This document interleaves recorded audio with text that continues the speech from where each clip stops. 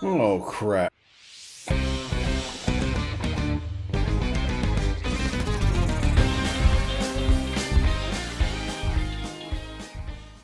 Good morning, everybody. We're going to check out the early access to Solasta, Crown of the Magister today. Let's jump right into character creation. We need to make 4 party members. Let's start with our caster. Now, I like the high elf for a caster. You get +1 intelligence, which is nice for getting past defenses better and making your spells harder to resist. The +2 dexterity really helps with not getting hit as well as landing all those ranged spell attacks. We also get a few extras as a high elf. We get an extra cantrip, which is really nice. Also, having proficiency in perception is going to make it easier to spot things and notice details. Dark vision is always handy, as is not being able to be put to sleep by magical means. We will round everything off with having proficiency in both longsword and longbow, giving us a magic-free way to defend ourselves or attack in non-magic zones. That'll wrap it up for the race selection. Let's move on to the class. We're going to go with a wizard, which we already know. Solasta pays some respect to the arcane traditions by adding in some subclass type items.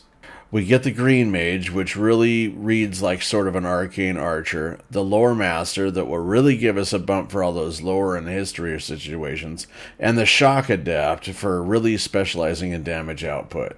We are going to move forward with the lore master. The Keen Mind is going to give us advantage on Arcana, History, Investigation checks, also make it easier to scribe scrolls into our spell book.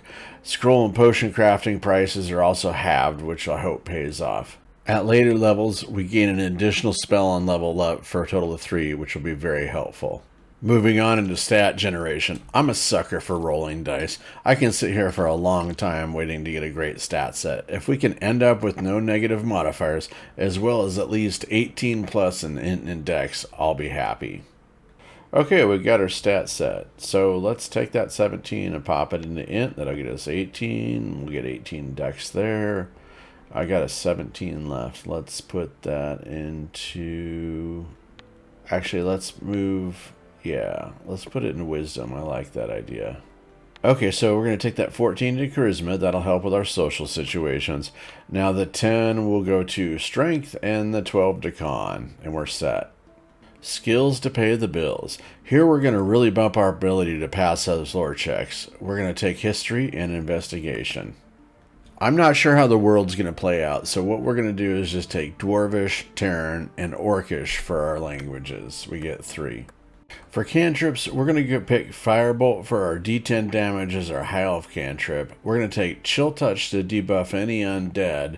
We're going to take Ray of Frost to inhibit any movement. And we're going to wrap it up with True Strike for when we really need to land something.